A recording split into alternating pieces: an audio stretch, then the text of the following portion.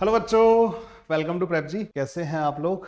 और धीमे धीमे क्रैश कोर्स हमारा आगे बढ़ता हुआ आज हमारा लेक्चर नंबर 17 नहीं 18 है। गलती से इसका जो है 17 नंबर लिखा हुआ है। 18th lecture fluid mechanics solids and viscosity surface tension का वन शॉट रिवीजन है। सारे फॉर्मूलाज, सारी काम की चीजें बच्चों हम इस सेशन में डिस्कस करने वाले हैं। तो बच्चों स्टार्ट करते हैं फ्लूइड्स एंड सॉलिड्स। ठीक है, बड़े बड़े टॉपिक हैं, फॉर्मूलाज पे फोकस रहेगा हमारा। पहले पूरा फ्लूइड मैकेनिक्स का बच्चों एक बार रिवीजन कर लेते हैं। ठीक है, सो फ्लूइड मैकेनिक्स में बच्चों कौन कौन सी चीजें हैं आपके काम की, let's talk about them. So fluid mechanics, okay. इसमें बच्चों सबसे पहले आता है फ्लूइड स्टैटिक्स। ठीक है, फ्लूइड स्टैटिक्स में क्या करते हैं हम लोग, जो है हम दो तीन चीजें पढ़ते हैं। एक, pressure variation inside the fluid. दूसरा पढ़ते हैं बच्चों हम लोग जो है force on the walls of the container. और तीसरा बच्चों आता है आर्किमिडीज प्रिंसिपल, जिसमें बॉयंसी फोर्स वाला पार्ट आता है। ठीक है, हाँ। और फिर आता है बच्चों fluid dynamics, continuity equation, Bernoulli equation, और वो ओरिफिस वाले जो वेलोसिटी ऑफ इफ्लक्स है वो। और लास्ट में बच्चों फोर्स, जो मूविंग फ्लूइड को अगर आप दीवार से टक्कर करवाओ या पाइप में वो किसी क्रॉस सेक्शन पर कितना फोर्स लगा रहा होगा, वो वाला पोर्शन। ठीक है, फ्लूइड मैकेनिक्स बच्चों इतना बड़ा पोर्शन है। सो बच्चों सबसे पहले हम बात करेंगे pressure variation inside the fluid के बारे में। ठीक है, एक्सेलरेटेड और वो सारे के सारे केसेस को एक साथ बच्चों हम जो है सारे फॉर्मूलाज का मैं आपको रिवीजन करवा देता हूं। तो pressure variation in inside accelerated fluid, inside accelerated fluid. So pressure variation inside accelerated fluid, okay. नहीं मतलब नहीं ज्यादा आगे पहुंच गए। प्रेशर वेरिएशन इनसाइड फ्लूइड, ठीक है, पहले तो यही है ना कॉन्सेप्ट हमारा, इनसाइड फ्लूइड। देखो बच्चों यहाँ पे दो चीजें होती हैं, एक होता है बच्चों वर्टिकल डायरेक्शन और एक होती है हॉरिजॉन्टल डायरेक्शन। तो एक कंटेनर ले लेते हैं। So this is the container. इस कंटेनर में आपको ये एक्स एक्सिस दे रखी है, ये वाई एक्सिस दे रखी है। ठीक है, अब ध्यान से सुनना। इसमें बच्चों करना क्या होता है तुम्हें कि एक तो प्रेशर का वेरिएशन होता है वाई डायरेक्शन में, वाई डायरेक्शन में। So DP divide by D Y जो आता है ना बच्चों, वाई डायरेक्शन में जो प्रेशर का वेरिएशन आएगा, ठीक है, ये फ्लूइड भरा हुआ है इसमें इस तरीके से। तो वाई डायरेक्शन में जाओगे ना अगर आप ऊपर बच्चों, तो प्रेशर का जो वेरिएशन आएगा वो माइनस का रो इंटू जी इफेक्टिव के बराबर आएगा। अच्छा, जी इफेक्टिव जो होता है ना बच्चों, मतलब एरो लगाने की वैसे जरूरत तो नहीं है उसके ऊपर यहाँ पे, तो मतलब हम सिर्फ अभी वर्टिकल डायरेक्शन में ही बात कर रहे हैं। सो बच्चों जो जी इफेक्टिव आता है ना, जी इफेक्टिव बच्चों जी प्लस ए नोड आएगा अगर accelerated vertically upward, vertically upward. ठीक है भाई। सो अगर आप इसको ऊपर की तरफ लेके जा रहे हो बच्चों, तो जी इफेक्टिव ये आएगा, जी इफेक्टिव बच्चों जी माइनस का ए नोड आएगा एक्सेलरेटेड वर्टिकली डाउनवर्ड। ठीक है, जी इफेक्टिव बच्चों जी माइनस का ए नोड आएगा, ये जी प्लस का ए नोड आएगा, accelerated vertically upward, accelerated vertically downward. So ये जी इफेक्टिव वाली बात समझ में आएगी बच्चों आप लोगों को? ओके। प्रेशर का जो वेरिएशन होगा बच्चों, मान लो एक पॉइंट यहाँ पे दे रखा है, एक पॉइंट यहाँ पे दे रखा है, this point is A, this point is B. तो बी वाला पॉइंट का प्रेशर ज्यादा होगा बच्चों, पीबी माइनस का पीए जो होगा, और रो into g effective into h के बराबर होगा if this distance is H. ठीक है। अच्छा, अगर एक पॉइंट बच्चों यहाँ पे सी दे रखा है लेकिन बी और सी का लेवल सेम है, तो अभी हम सिर्फ वर्टिकल डायरेक्शन में एक्सेलरेशन वगैरह की बात कर रहे हैं, तो pressure of B equal to pressure of C equal to pressure of A plus का rho into g effective into h के बराबर आ जाएगा। सो बच्चों हॉरिजॉन्टल डायरेक्शन में जाने पे प्रेशर वेरी नहीं करता अगर हॉरिजॉन्टल एक्सेलरेशन नहीं है तो। हाँ, वर्टिकल डायरेक्शन में अगर एक्सेलरेशन वगैरह है तो सिर्फ वो वर्टिकल डायरेक्शन वाला ही प्रेशर वेरिएशन हम लोग जो है कंसीडर यहाँ पे करके चलेंगे। क्या ये बात आप लोगों को पूरी की पूरी समझ में आ गई? ठीक है, ये पूरा का पूरा समझ में आ गया बच्चों? तो अगर ये ऊपर जा रहा है तो प्रेशर बच्चों रो जी प्लस का ए नॉट इंटू एच के साथ वेरी करेगा, नीचे जा रहा है तो रो जी माइनस का ए नॉट इंटू एच के साथ वेरी करेगा। अगर आप इसका फ्री फॉल करा दोगे तो इसके अंदर प्रेशर का वेरिएशन आएगा ही नहीं। सो ए और बी का प्रेशर बच्चों सेम हो जाएगा अगर ये फ्री फॉल कर रहा है कंटेनर। तो ये बच्चों सिर्फ मैंने वर्टिकल डायरेक्शन के बारे में बात की है। ठीक है, चाहो तो यहाँ पे लिख लो वर्टिकल डायरेक्शन ओनली।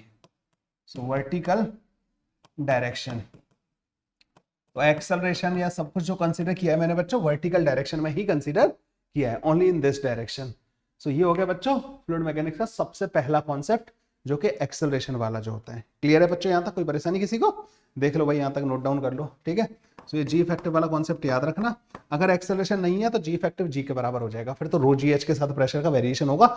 बशर्ते बच्चों ये ध्यान रखना कि ये जो रो जी एच वाला फॉर्मूला है ना, तभी लगा सकते हो जब रो जो है कांस्टेंट दे रखा हो। ठीक है बच्चों, तो रो बच्चों कांस्टेंट होना चाहिए और हमारे पास ये इस तरीके से आ जाएगा। क्लियर है बच्चों यहां तक? तो ये pressure variation inside the fluid ये हो जाएगा। अब बच्चों आगे बढ़ते हैं बच्चों, अगर हॉरिजॉन्टल डायरेक्शन की बात करें, so pressure variation in horizontal direction, ठीक है, तो pressure variation in horizontal direction. अब एक्सेलरेशन वगैरह भी कंसीडर करेंगे हम लोग ना, तो pressure variation in horizontal direction, ठीक है। सो अगर बच्चों हॉरिजॉन्टल डायरेक्शन की बात करें हम लोग और एक्सेलरेशन वगैरह भी हॉरिजॉन्टल है, सो हॉरिजॉन्टल एक्सेलरेशन, अगर हॉरिजॉन्टल एक्सेलरेशन है तो ठीक है, pressure variation in horizontal direction. तो इस वाले केस में क्या हो जाता है बच्चों, इस वाले केस में ज्यादा कुछ नहीं, अगर यहाँ पे आता है बच्चों फंडा हॉरिजॉन्टल डायरेक्शन में जाने पे, अभी बता रहा हूँ, ठीक है, सारे डायग्राम वगैरह प्रॉपर बनाते हैं अपन। ओके, तो यहाँ पे बच्चों क्या होता है कि यहाँ पे अगर मान लो लिक्विड को आप हॉरिजॉन्टली एक्सेलरेट कर रहे हो तो लिक्विड का सरफेस बच्चों कुछ ऐसा हो जाएगा, this is the acceleration, that acceleration is a not, ठीक है। तो एक्सेलरेशन अगर ए नॉट के बराबर है तो लिक्विड का सरफेस बच्चों कैसा हो जाएगा, इस तरीके का। ये एंगल बच्चों थीटा के बराबर होगा, ठीक है, ये एंगल थीटा के बराबर है। तो यहां पे बच्चों क्या होता है कि अगर आप, ये एक्स एक्सिस है, ये वाई एक्सिस है, तो इसमें बच्चों ये फॉर्मूला तो लगता ही लगता है, dp डिवाइडेड बाई dy अभी भी बच्चों माइनस का रो इंटू जी के बराबर होता है ना, क्योंकि अब तो एक्सेलरेशन है ही नहीं वाई डायरेक्शन में, तो माइनस का रो इंटू जी के बराबर होगा। लेकिन जो dp डिवाइड बाई dx है ना बच्चों, dx, तो dx किधर की तरफ माना मैंने, उधर की तरफ, तो उधर की तरफ जाने पे एक्सेलरेशन की डायरेक्शन में जाने पे प्रेशर घटता है बच्चों, एक्सेलरेशन के अपोजिट जाने पे प्रेशर बढ़ता है, तो ये माइनस का रो इंटू ए के बराबर होगा, वो जो ए नॉट दे रखा है, ठीक है। तो अगर तुमने 2 पॉइंट ले लिए बच्चों हॉरिजॉन्टल डायरेक्शन में और 1 पॉइंट ले लिया बच्चों तुमने वर्टिकल, यहाँ पे ऐसे कुछ पॉइंट ले लेते हैं, ठीक है, इसको ए बोल देते हैं, इसको बी बोल देते हैं और इसको सी बोल देते हैं, ठीक है, इस साइड को एच बोल देते हैं, इसको एल बोल देते हैं, यहाँ से यहाँ तक की डिस्टेंस को। तो बच्चों मैं तुम्हें कुछ बताना चाहता हूँ, जैसे ए का तो प्रेशर आपको पता है कि पी नॉट के बराबर होगा, बी का जो प्रेशर है ना बच्चों, बी का प्रेशर वो पी नॉट प्लस का rho into g into h के बराबर होगा, और सी का जो प्रेशर है ना बच्चों, वो प्रेशर एट बी माइनस का rho into a naught into L के बराबर होगा। एक्सेलरेशन की डायरेक्शन में जब भी जाओगे ना बच्चों प्रेशर घटेगा, तो देखो माइनस का लगाया है मैंने ना, बी की वैल्यू ऊपर से लाके पुट कर देना, सो सी पॉइंट पे पहुंचने के लिए आपको एक्स और वाई डायरेक्शन बच्चों दोनों तोड़ तोड़ के देखनी है, ठीक है, दोनों को अलग अलग डील करना है आप लोगों को ना, अलग अलग डील करना है आपको इन दोनों को ना। ये वाली बात समझ में आई बच्चों तुम लोगों को? चलो एक क्वेश्चन करवा देता हूं मैं, इस पे दोनों केसेस इसमें कवर हो जाएंगे। सो बहुत ही बढ़िया सा क्वेश्चन, अभी अभी मैं पहली बार करा रहा हूं इस क्वेश्चन को, ठीक है, इससे पहले मैंने कभी इस क्वेश्चन के बारे में बात की नहीं है। तो क्वेश्चन नंबर 1 क्या है, क्वेश्चन नंबर 1, सो यहाँ पे बच्चों एक यू शेप की ट्यूब है, और इस यू शेप की ट्यूब में बच्चों इसमें आपने लिक्विड फिल कर रखा है, लेकिन that container is moving in this direction, container को बच्चों आप ऐसे मूव करा रहे हो यहाँ पे ना, और यहाँ पे ये एंगल वगैरह भी दे रखा है कि इस एंगल पे आप इसको मूव करा रहे हो, तो this angle is given as 37 degree, और ये 10 मीटर पर सेकंड स्क्वायर से बच्चों आप इधर की तरफ मूव करा रहे हो, ये 20 मीटर के बराबर दे रखा है, ठीक है। यहाँ पे बच्चों क्या हो गया कि ये जो है ना लिक्विड का एक लेवल में डिफरेंस आ रखा होगा, यहाँ पे ना लिक्विड के लेवल में एक डिफरेंस आ रखा होगा, सो ये लिक्विड के लेवल का जो डिफरेंस है ना दोनों ट्यूब में, that difference we have to find, this h we have to find, ठीक है। यहाँ पे ये लिक्विड भरा हुआ है इस तरीके से ट्यूब में, ये क्वेश्चन बच्चों पहली बार करा रहा हूं मैं, ठीक है। ओके, सो फाइंड एच, बताना बच्चों एच क्या आएगा। अच्छा तुम्हें यहाँ पे ये पता है बच्चों टेन थीटा जो होता है वो ए नॉट डिवाइडेड बाई जी के बराबर होता है ना, ये तो पता ही होगा आपको कि tan theta a naught by g के बराबर होता है। इसको दो तरीके से डेराइव किया जाता है, एक वो net force perpendicular to surface करके, और दूसरा वाला तरीका बच्चों वो प्रेशर लिख के जो करते हैं अपन ना, तो ये आ जाएगा, ठीक है। जल्दी से बताओ बच्चों इस वाले क्वेश्चन को कैसे सॉल्व करोगे। If container is moving with 10 metre per second square acceleration in this direction, ये तो क्वेश्चन मतलब एकदम तुम्हारे लिए एकदम तरोताजा बनाया मैंने, ठीक है। तो हाइट का डिफरेंस बताना था बच्चों इसमें। चले भाई करें इसके बारे में बात करें। देखो बच्चों इसको हमेशा ऐसे क्वेश्चंस को तोड़ लेना बच्चों, दो म्यूचुअली परपेंडिकुलर डायरेक्शन में, एक हॉरिजॉन्टल डायरेक्शन बना लेना, एक बच्चों वर्टिकल डायरेक्शन। ये जो एक्सेलरेशन आएगा ना बच्चों 10 cos 37, ये आएगा 8 मीटर पर सेकंड स्क्वायर के बराबर, और ये आएगा 6 मीटर पर सेकंड स्क्वायर के बराबर, ठीक है। 8 मीटर पर सेकंड स्क्वायर बराबर 6 मीटर पर सेकंड स्क्वायर बराबर। अब देखो बच्चों जैसे ही तुम इसके रेस्पेक्ट में जाओगे ना, तुम्हें पता है कि यहाँ का प्रेशर कितना है, पी नॉट, यहाँ का प्रेशर कितना है बच्चों, पी नॉट, ठीक है। इस जगह का जो प्रेशर होगा ना, इसको ए बोल देते हैं, इसको बोल देते हैं बच्चों बी, ठीक है। तो हमें ये पता है कि प्रेशर एट ए प्लस का रो 8 इंटू 20, इधर की तरफ जो 20 चल रहा हूं मैं, दिस इज अच्छा 20 मीटर नहीं होगा यार, ये 20 सेंटीमीटर होगा, 20 सेंटीमीटर, तो 0.2 आएगा, ठीक है। तो पी एट ए प्लस का this is equal to P at B हो जाएगा, नहीं हो जाएगा बच्चों? इस डायरेक्शन में जाने पे एक्सेलरेशन इस डायरेक्शन वाला 8 है, तो तुम्हें पता है कि एक्सेलरेशन के अपोजिट जाने पे प्रेशर बढ़ता है, और कितना बढ़ता है? रो ए इंटू एल के बराबर, ठीक है। ओके, अब ए का प्रेशर लिखना है बच्चों, ए का प्रेशर आएगा पी नॉट प्लस, अब नीचे वाली डायरेक्शन में एक्सेलरेशन नीचे की तरफ है, तो बच्चों जी इफेक्टिव लेना पड़ेगा मेरे को, 10 माइनस का 6 इंटू वो जो भी हाइट है बच्चों उसको कैपिटल एच बोल देते हैं, ठीक है। इस वाली हाइट को अपन अपनी तरफ से कैपिटल एच बोल दे रहे हैं, ठीक है।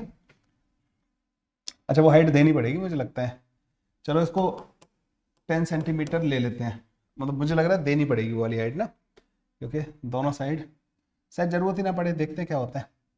अब इधर आ जाओ बच्चों, ये वाली बात समझ में आई, ये ए का प्रेशर हो गया प्लस ये 1.6 into rho is equal to B का प्रेशर पी नॉट प्लस का रो 10 माइनस का 6 इंटू एच प्लस का कैपिटल एच, ठीक है।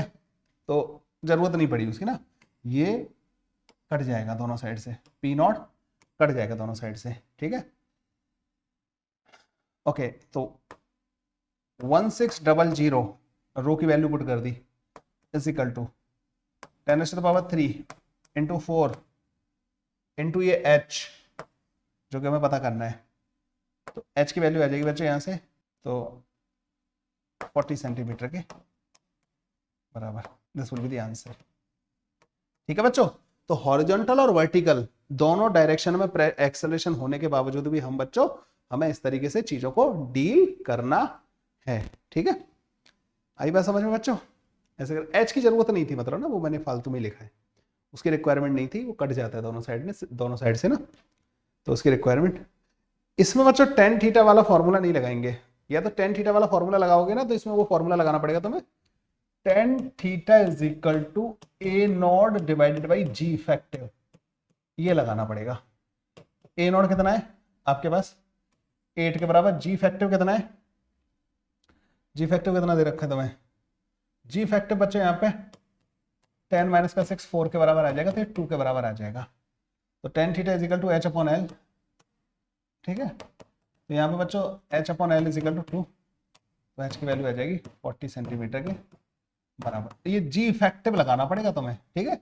ए नॉट बाई जी ने लेके ए नॉट बाई जी इफेक्टिव लेना पड़ेगा, अगर तुम टेन थीटा वाले से करना चाहते हो तो, समझ गए? हाँ, वो बस ध्यान रखना कि हमने जो डेरिवेशन किया ना tan theta is equal to a naught by g, उसमें हमने हॉरिजॉन्टल एक्सेलरेशन माना था, वर्टिकल नहीं माना था। तो वर्टिकल लेके चलोगे तो जी इफेक्टिव आ जाएगा इसमें। तो बेसिकली इस फॉर्मूले को आप ऐसे कर सकते हो, tan theta is equal to a horizontal divide by g effective vertical वाला, ठीक है। आप ऐसे भी इसको याद रख सकते हो, ठीक है। तो जी इफेक्टिव इन वर्टिकल डायरेक्शन, मतलब सिर्फ वर्टिकल डायरेक्शन वाले एक्सेलरेशन से जी इफेक्टिव कर लो, और हॉरिजॉन्टल वाला एक्सेलरेशन यहाँ पे आएगा, ठीक है।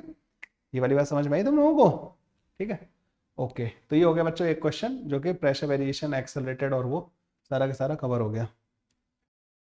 रोटेटिंग फ्लूइड, सो एक कंटेनर है और उसमें बच्चों फ्लूइड भरा हुआ है, and that fluid is rotating. तो हमें पता होगा कि सरफेस जो होता है ना बच्चों फ्लूइड का, वो कुछ ऐसा बन जाता है, ऐसा बन जाता है, ठीक है।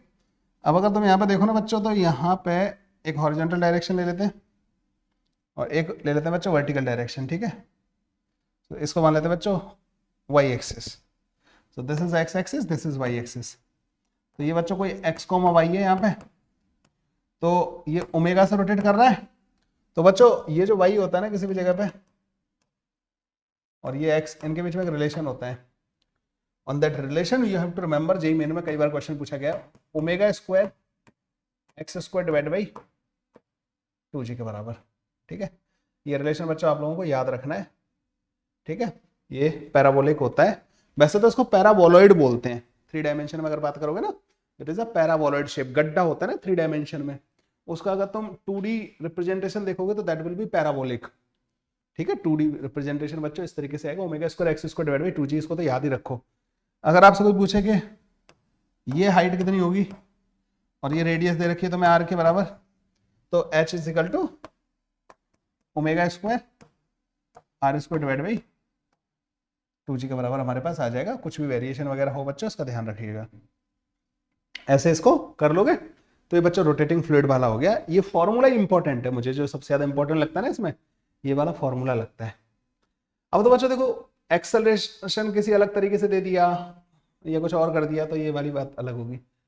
अच्छा, इसमें बच्चों कई बार ऐसा भी हो सकता है कि ये कहें कि इसका एंगुलर एक्सेलरेशन दे दें आपको कि इसका ना ओमेगा चेंज हो रहा है, तो क्या करोगे, हाइट का रेट ऑफ चेंज तुमसे पूछ लें कि ये लिक्विड जो है, मतलब ये जो हाइट है ना, इस मतलब डेप्थ जो है किस रेट से चेंज हो रही होगी। They might ask this.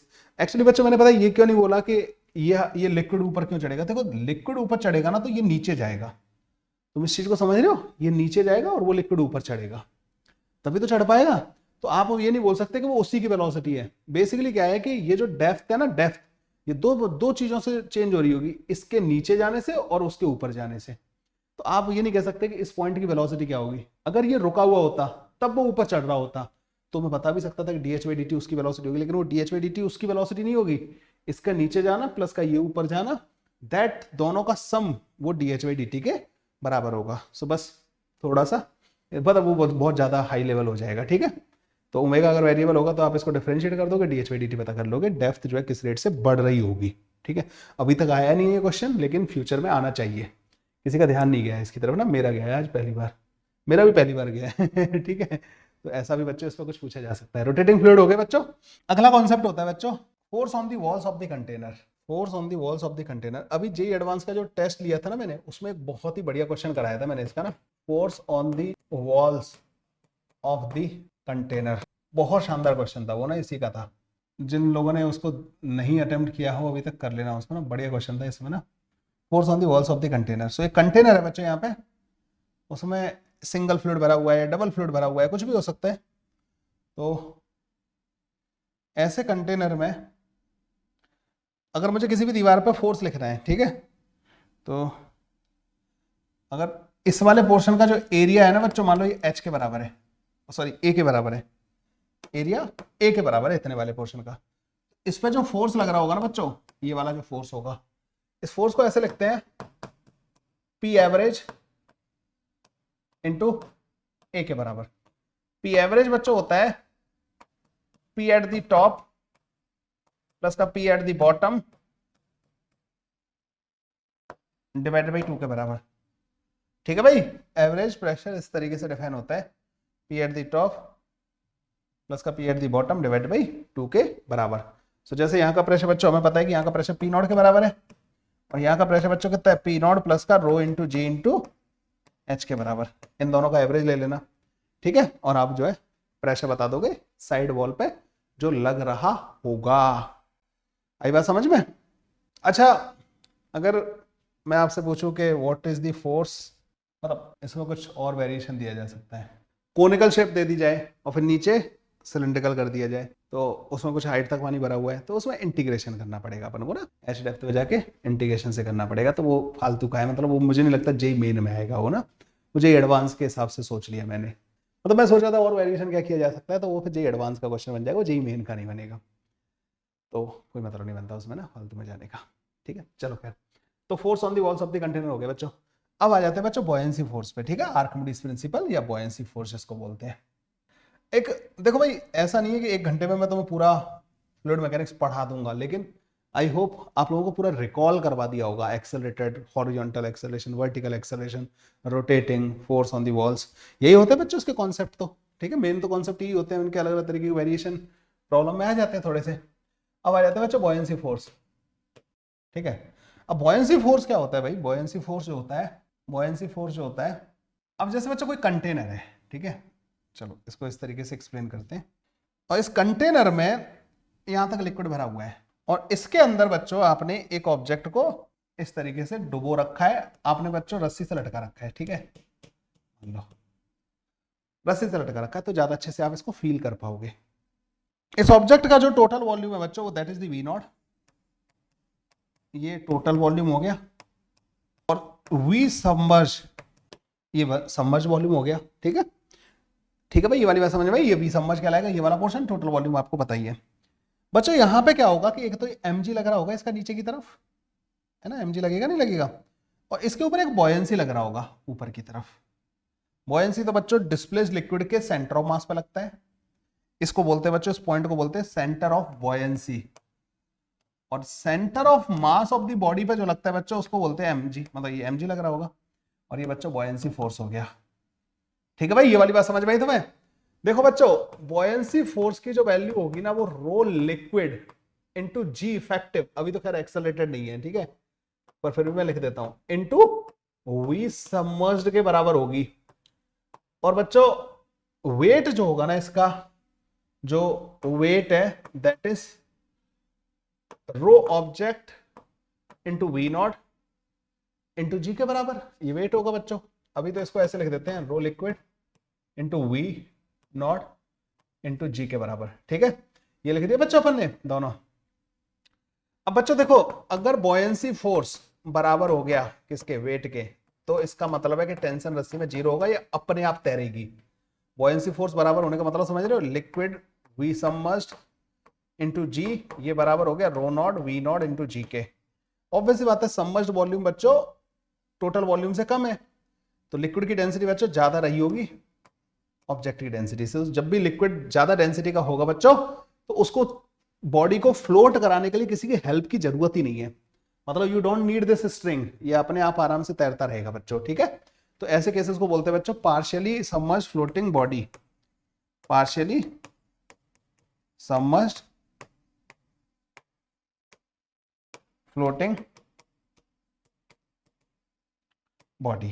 ठीक है, तो पार्शियली सबमर्ज्ड फ्लोटिंग बॉडी, तो पार्शियली सबमर्ज्ड बच्चों फ्लोटिंग बॉडी इस तरीके से बन जाएगी अपने पास। ठीक है, लिक्विड की density is greater than object की डेंसिटी, ये बन गया हमारे पास। ओके, अब एक केस बनता है बच्चों, ये केस ना हो, अगर ये दोनों बराबर हो, अगर ये दोनों बराबर हो तो सबमर्ज्ड वॉल्यूम और वी नॉट बच्चों बराबर होने पड़ेंगे, मतलब पूरी डूबी हुई तैरेगी, तब रस्सी की कोई जरूरत नहीं पड़ेगी अपन को। लेकिन अगर लिक्विड की डेंसिटी अगर छोटी है ऑब्जेक्ट की डेंसिटी से, तो टेंशन बच्चों इस केस में जीरो हो ही नहीं सकता। या तो आप इसको पूरा भी डुबो दोगे ना, तब भी रस्सी में टेंशन आएगा ही आएगा, या तो स्प्रिंग लगा देते हैं इसकी जगह पे, या कुछ भी लगा देते हैं। तो जब भी बच्चों ये केस बनेगा ना, कौन सा वाला, ये वाला, तो इस केस में बच्चों जो बॉयंसी फोर्स है ना वो हमेशा छोटा होगा बच्चों वेट से। तो आपको एक्सटर्नल किसी चीज की रिक्वायरमेंट होगी, एक्सटर्नल सपोर्ट की रिक्वायरमेंट होगी, अगर आप इस बॉडी को तैरा के रखना चाहते हो, तो मतलब तैरते हुए रखना चाहते हो तो ये वाली बात क्लियर हो गई। लेकिन बॉयंसी बच्चों अभी भी इतना ही लगेगा, कितना, रो लिक्विड डूबा हुआ पोर्शन इंटू जी के बराबर। ठीक है ना, और वेट भी बच्चों वही रहेगा। सो बेसिकली क्या है कि इस केस में बच्चों आपको टेंशन की रिक्वायरमेंट होगी, तो कई बार आपसे टेंशन पूछा जा सकता है, कुछ भी पूछा जा सकता है। कई बार बच्चों आपने देखा होगा कि टॉर्क वाले क्वेश्चन आ जाते हैं, रॉड है आधी डूबी हुई है, ठीक है, तो मैं उसको बस थोड़ा सा एक्सप्लेन कर देता हूं। इसी में बच्चों बहुत इंपॉर्टेंट केस ये वाला बन जाता है कई बार। सो मान लो एक रॉड है बच्चों जो ऐसे करके, इसमें ये वाली जो रॉड है ना, ये ऐसे करके बच्चों इसमें डूबी हुई है। इसमें ध्यान रखना बच्चों, डूबे हुए पोर्शन के, जैसे ये यहां से यहां तक की लेंथ बच्चों मान लो x के बराबर है, इसके मिड पॉइंट पे, मतलब x/2 पे आप लगाओगे बॉयंसी, रॉड के सेंटर ऑफ मास पे लगाओगे आप mg। अच्छा, यहां पे हिंज है तो बच्चों हिंज भी लगा रहा होगा फोर्सेस, तो इसमें हम फोर्स बैलेंस नहीं करते। अगर हिंज फोर्स पूछे तो फोर्स बैलेंस करेंगे। अगर ये बॉडी तैर रही है ना बच्चों, तो इसमें टॉर्क अबाउट दी हिंज हम जो है जीरो करते हैं, और हम बाद बाकी चीजें पता कर लेते हैं। ध्यान रखना, this point is the mid point of the rod, mid point of rod. So आपको यह ध्यान रखना है कि रॉड का डूबा हुआ पोर्शन का जो सेंटर ऑफ मास है ना, डूबे हुए पोर्शन का, उस पर लगेगा बॉयंसी। ठीक है, तो कई बार तुम लोगों ने ऐसे क्वेश्चंस भी देखे होंगे थीटा बीटा कैलकुलेट करने वाले, वो बच्चों इस वाले पार्ट से कंप्लीट हो जाते हैं। ठीक है, ये वाली बात क्लियर हो गई आप सब लोगों को बच्चों। बॉयंसी में और तो मतलब मुझे लगता है कि बाद बाकी तो रिलेटिवली इजी रहता है पोर्शन। अब एक इसमें वो टाइम पीरियड वाले आते हैं जो कि हम लोगों ने ऑलरेडी एसएचएम में कर ही लिए, कि एक बॉडी है, सिलेंडर है, लिक्विड में डूबा हुआ है। ऐसे क्वेश्चन तो अभी कराए थे ना एसएचएम में मैंने, उसको नीचे ले जाके छोड़ दिया तो ऑक्सीलेट कर रहे हैं, तो वो क्वेश्चंस तो अपन जो ऑलरेडी कर सकते हैं। कर लोगे या नहीं कर लोगे भाई वो SHM वाले? उस पर नहीं जा रहा मैं, ठीक है। अब उस पर अगर नहीं जाता हूँ, या करा देता हूँ, एक क्वेश्चन करा देता हूँ, ठीक है, बढ़िया सा क्वेश्चन करा देता हूँ, फिर अपन जो है आगे बढ़ जाएंगे।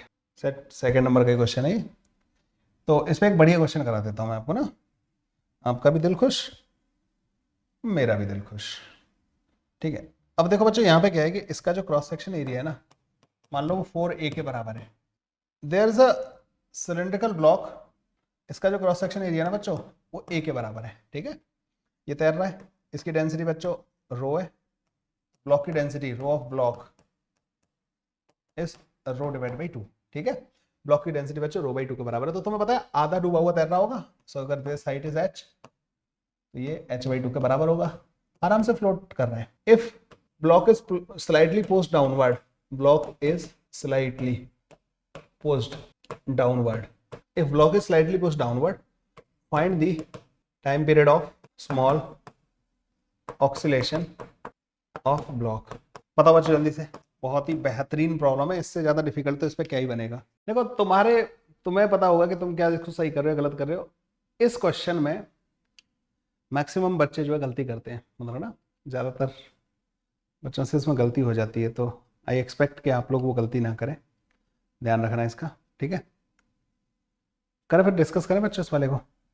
तो इस वाले क्वेश्चन को करने का तरीका ये होता है कि जब आपने इसको x डिस्प्लेस किया, तो तुम्हें पता है कि SHM में एक फंडा होता है कि भाई जिसको तुम डिस्प्लेस कर रहे हो उसके एक्सेलरेशन को उसके डिस्प्लेसमेंट के नेगेटिव के डायरेक्टली प्रोपोर्शनल प्रूव करते हो।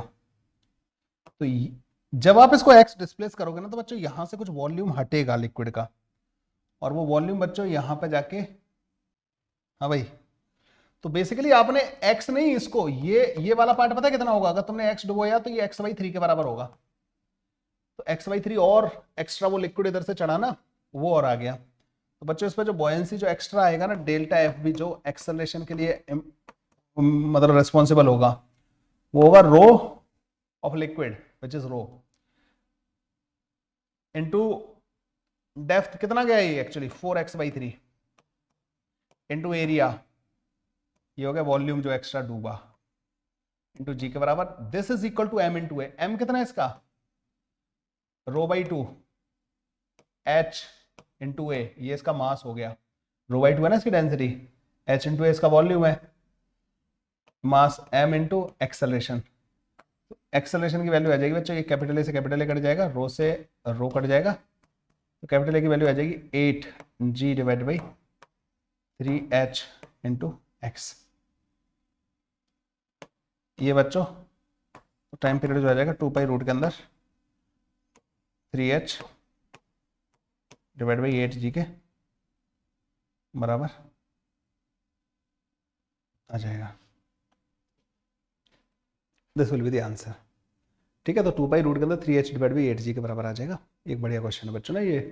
अगर ये बड़ा लार्ज कंटेनर होता तब हमें इसकी जरूरत नहीं थी बच्चों ना, वो साइड में लेवल जो राइज करेगा उसको कंसीडर करने की जरूरत नहीं थी, ठीक है।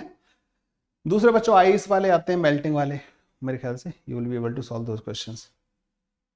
यार जब आप इसको डुबोगे तो इधर भी तो लेवल चढ़ेगा, आपने इसको x डुबोया, तो x डूबने की वजह से जो यहाँ से लिक्विड है वो बेसिकली साइड में चढ़ जाएगा ना, ठीक है।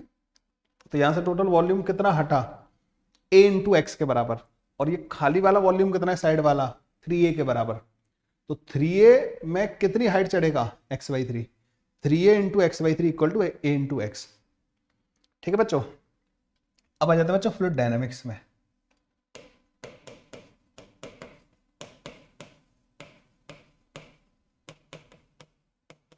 फ्लूइड डायनामिक्स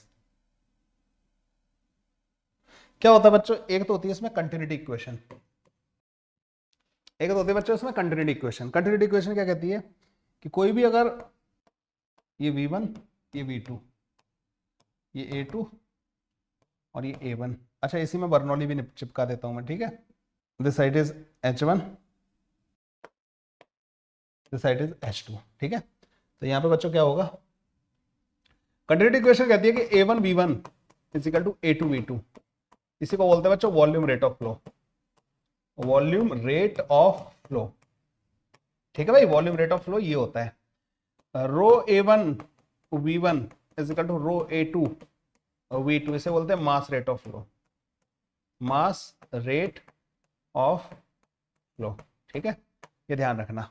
अब आ जाता है बच्चों, इसी में बर्नौली इक्वेशन लिख देते हैं, दो क्रॉस सेक्शन पे लगानी होती है उसको भी। ठीक है, तो बर्नौली इक्वेशन क्या कहती है रे, देख रहे हो कितना शानदार रिवीजन हो रहा है।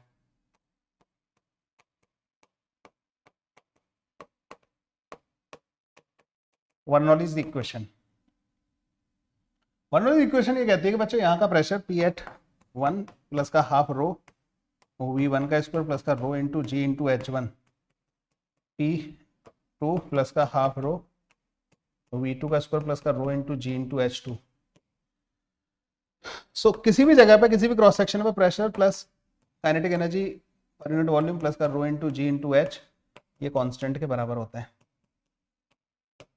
ठीक है, ये होता है बच्चों Bernoulli equation and continuity equation दोनों। आई होप आप लोगों को ये चीज समझ में आ गई होगी। अगर हॉरिजॉन्टल फ्लो के बारे में बात कर रहे होते हैं, जो कि ज्यादातर मतलब हॉरिजॉन्टल फ्लो, और उसका एक कॉन्सेप्ट होता है बच्चों वेंचुरीमीटर, हॉरिजॉन्टल फ्लो में आता है बच्चों ना, हॉरिजॉन्टल फ्लो। ये डिवाइस होती है, device used to measure rate of flow. ये बच्चों रेट ऑफ फ्लो को मेजर करने के काम आने वाली डिवाइस है। डिवाइस क्या करती है, कुछ नहीं करती। तो इसमें बच्चों होता क्या है कि इसमें एक ट्यूब यहां पे लगा दी आपने, एक यहां पे लगा दी, फ्लूइड इसमें फ्लो कर रहा है, इस जगह वेलोसिटी v1 के बराबर है, इस जगह वेलोसिटी v2 के बराबर है। इसमें बच्चों लेवल में कुछ डिफरेंस आएगा। हाँ भाई, किस जगह पे ज्यादा होगा, जहाँ पे क्रॉस सेक्शन एरिया ज्यादा होता है ना बच्चों, वहाँ का प्रेशर ज्यादा होता है, ये हाइट h आती है, इसको मेजर कर लिया जाता है। ठीक है, दोनों साइड का लेवल का डिफरेंस। सो लिखा जाता है बच्चों P1 प्लस का हाफ रो V1 का स्क्वायर प्लस का rho into g into H is equal to P2 plus का हाफ रो V2 का square plus rho into g into H. ये दोनों जगह सेम होता है, तो A1 V1 is equal to A2 V2 होता है। जहां पे एरिया ज्यादा वहां पे V कम होगा, तो V1 ऑब्वियसली बात है छोटा होगा V2 से, तो P1 ऑब्वियसली बात है बड़ा होगा P2 से, क्योंकि P प्लस का हाफ रो V स्क्वायर हॉरिजॉन्टल फ्लूइड में कांस्टेंट के बराबर आता है। ठीक है, तो यहाँ पे प्रेशर ज्यादा होगा, इसलिए इस तरीके से लेवल ज्यादा होगा। अच्छा, यहाँ के प्रेशर को और यहाँ के प्रेशर के डिफरेंस को A बोल देते हैं, इसको B बोल देते हैं। PA माइनस का PB equal to rho into g into h के बराबर होते हैं। तो PA माइनस का PB rho into g into h के बराबर होता है। तो PA माइनस का PB बच्चों रो इंटू जी इंटू एच के बराबर होता है। उसको मेजर कर लिया जाता है बच्चों यहाँ पे इक्वेशन लगा के। ठीक है, और V2 को V1 में कन्वर्ट करके सॉल्व कर लिया जाता है, V1 कैलकुलेट हो जाता है, A1 V1 इसका रेट ऑफ फ्लो हो जाता है, A2 V2 rate of flow हो जाता है। दोनों को बच्चों फाइंड किया जा सकता है। This is the concept of the venturimeter. Magnus effect का मतलब एज सच कोई वो मतलब एप्लीकेशन है ही नहीं, मतलब न्यूमेरिकल एप्लीकेशन नहीं है। दूसरा आ जाता है बच्चों वेलोसिटी ऑफ इफ्लक्स।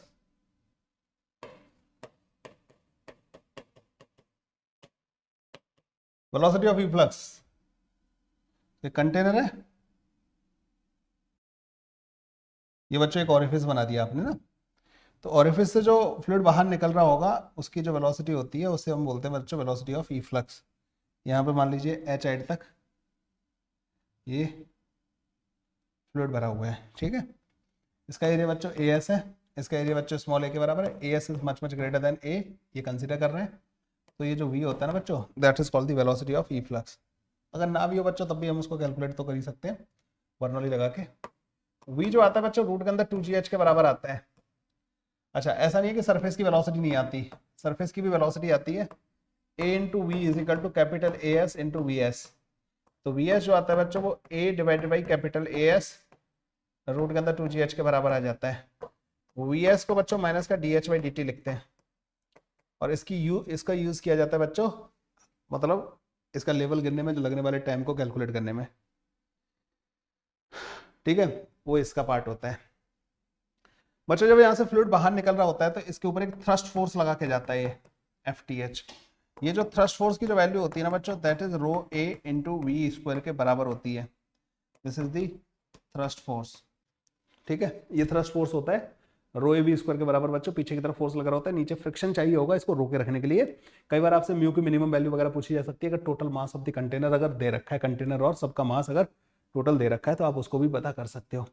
तो वेलोसिटी ऑफ इफ्लक्स, रेंज, अब वो वाले पार्ट में नहीं जा रहा कि वो कितना दूर जाके गिरेगा, फिर तो वो आगे जाके तो बच्चों प्रोजेक्टाइल के कॉन्सेप्ट बन जाते हैं। एक बात याद रखना, टाइम वाला जो था ना बच्चों, टाइम जो एम्प्टी होने में टाइम लगता है बच्चों, that is directly proportional to root के अंदर h। सर अगर दो होलो, एक ऊपर एक नीचे, तो बस उसकी हाइट अलग होगी, उसकी हाइट अलग होगी, इन दोनों का आपस में कोई लेना देना नहीं है। उसकी वेलोसिटी रूट के अंदर 2gh1 के बराबर आ जाएगी, इसकी रूट के अंदर 2gh2 के बराबर आ जाएगी। रेट ऑफ फ्लो अगर कोई बराबर करने को बोले तो a1 v1 is equal to a2 v2 कर देना। थ्रस्ट फोर्स पूछे तो दोनों का इकट्ठा करके लिख देना, दोनों को आपस में एक दूसरे से कोई लेना देना नहीं है। हाँ, अगर बच्चों दो लिक्विड हो तो तुम्हें बस ये करना है कि दो लिक्विड है यहाँ पे जैसे ना, तो आपको बर्नौली बस यहां से यहां तक लगानी है। इसका प्रेशर लिख लेना नॉर्मल वाले मेथड से, पी नॉट प्लस का rho into g into H1 से। यहाँ का प्रेशर लिख के फिर बर्नौली लगा देना यहां से यहां तक, विल गेट दी वेलोसिटी, ठीक है। दो लिक्विड वाले केस हो गए, ये हो गया और ये हो गया। बच्चों मैं आप लोगों को एक चीज बता देना चाहता हूँ, यहाँ पे जो है ना एक फोर्स वाला जो average force on the wall जो आता है ना, मतलब एक कई बार एवरेज थ्रस्ट फोर्स वाला जो आता है ना कॉन्सेप्ट, मैं आपको हमेशा बोलूंगा कि इसको एक तरीके से ना दिमाग में फिट कर लो इस चीज को। देखो बच्चों फोर्स लिखते कैसे हैं हम लोग ना, जैसे एक दीवार है, ठीक है, इस दीवार पे एक वाटर जेट है यहाँ पे और आके इस पर कुछ फोर्स लगाने वाला है, ठीक है। इस पर जाके बच्चों टकराया है ये, ठीक है, ऐसे करके टकरा रहा है। इस पर जो फोर्स होता है ना बच्चों, एवरेज फोर्स बच्चों पता क्या होता है, delta P divide by delta T के बराबर।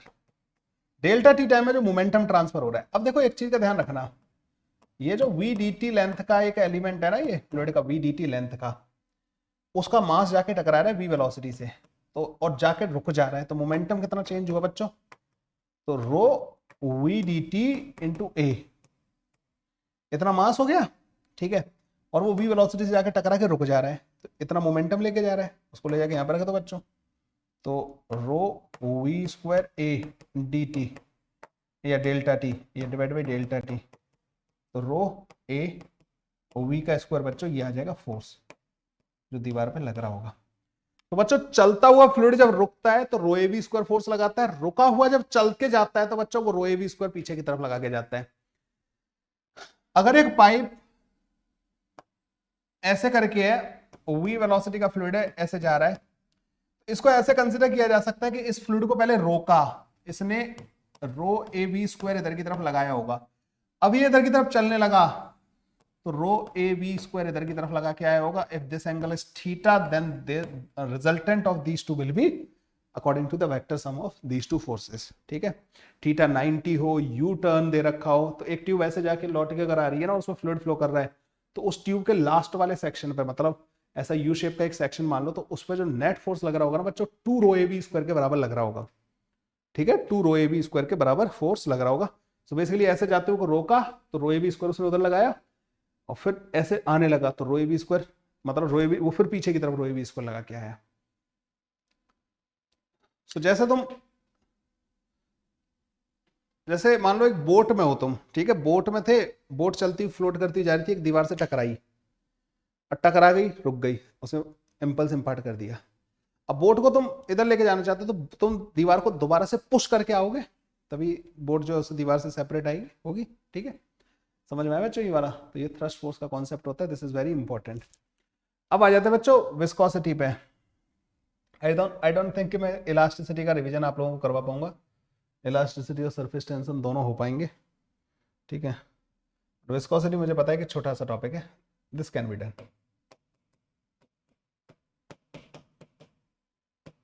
विस्कोसिटी,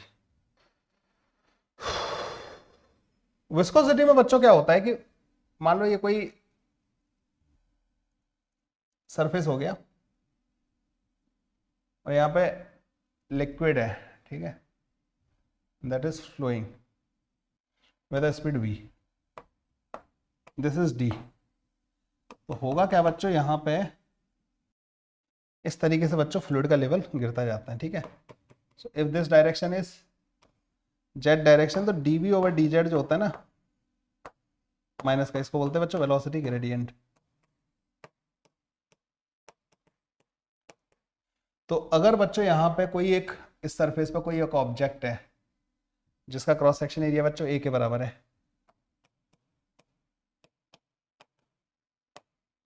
तो इस ऑब्जेक्ट के ऊपर बच्चों एक फोर्स लग रहा होता है पीछे की तरफ, that force is called the viscous force.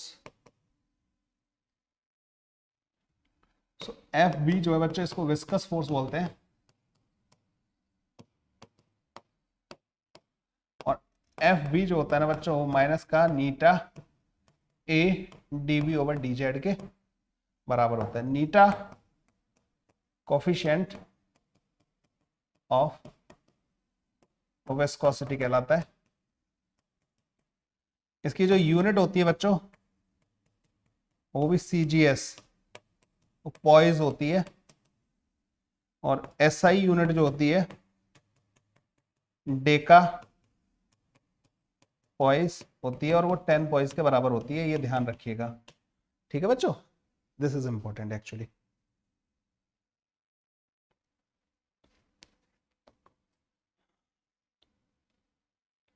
ठीक है। सरफेस एनर्जी तो surface tension into surface area के बराबर होती है। तो whenever area changes surface energy changes. Area बढ़ेगा तो सरफेस एनर्जी बढ़ेगी, T इंटू ए के बराबर। एरिया पूरा लेना है, आपको ध्यान रखना है।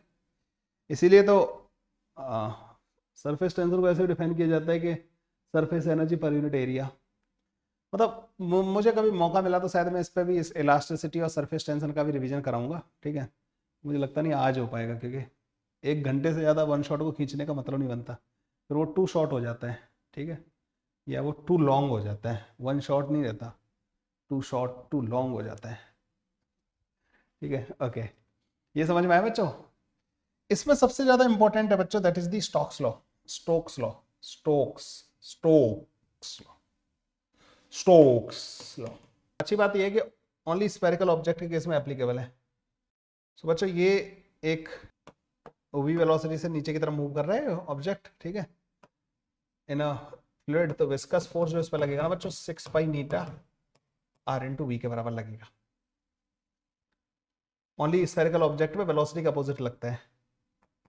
इसकी एक टर्मिनल स्पीड आती है बच्चों, टर्मिनल स्पीड जब आएगी vt, वो तब आएगी जब नेट फोर्स इस पर 0 हो जाएगा। नेट फोर्स में बच्चों वेट जब बॉयंसी प्लस का विस्कस फोर्स के बराबर हो जाएगा, अगर ये नीचे जा रहा है तो, ठीक है। बॉयंसी ऊपर होगा, विस्कस फोर्स भी ऊपर की तरफ होगा। अगर ये ऊपर जा रहा है तो विस्कस हमेशा वेलोसिटी का अपोजिट लगेगा इसमें। तो विस्कस और वेट दोनों बच्चों बॉयंसी के बराबर होने चाहिए। स्टोक्स लॉ, यहां से एफ को 0 करके टर्मिनल वेलोसिटी पता कर सकते हो। कैपिलरी एक्शन में आर कॉस थीटा वाला बता देना। हाइट ऑफ कैपिलरी जो आती है ना h 2t cos theta divide by rho into G R T के बराबर आती है, ठीक है, ट्यूब की रेडियस। अगर आप इसको r लिखोगे ना उसकी सरफेस की रेडियस, तो cos थीटा नहीं आता, तब नहीं आता बच्चों ना इसमें। अगर ट्यूब की रेडियस लिख रहे हो तो उसमें cos थीटा वाला टर्म आता है। एक बार अपने नोट्स रिवाइज कर लेना बच्चों, ठीक है, नोट्स रिवाइज करके जाना, ज्यादा अच्छा रहेगा आप लोगों के लिए ना। चलो बच्चों मिलते हैं, ओके बाय।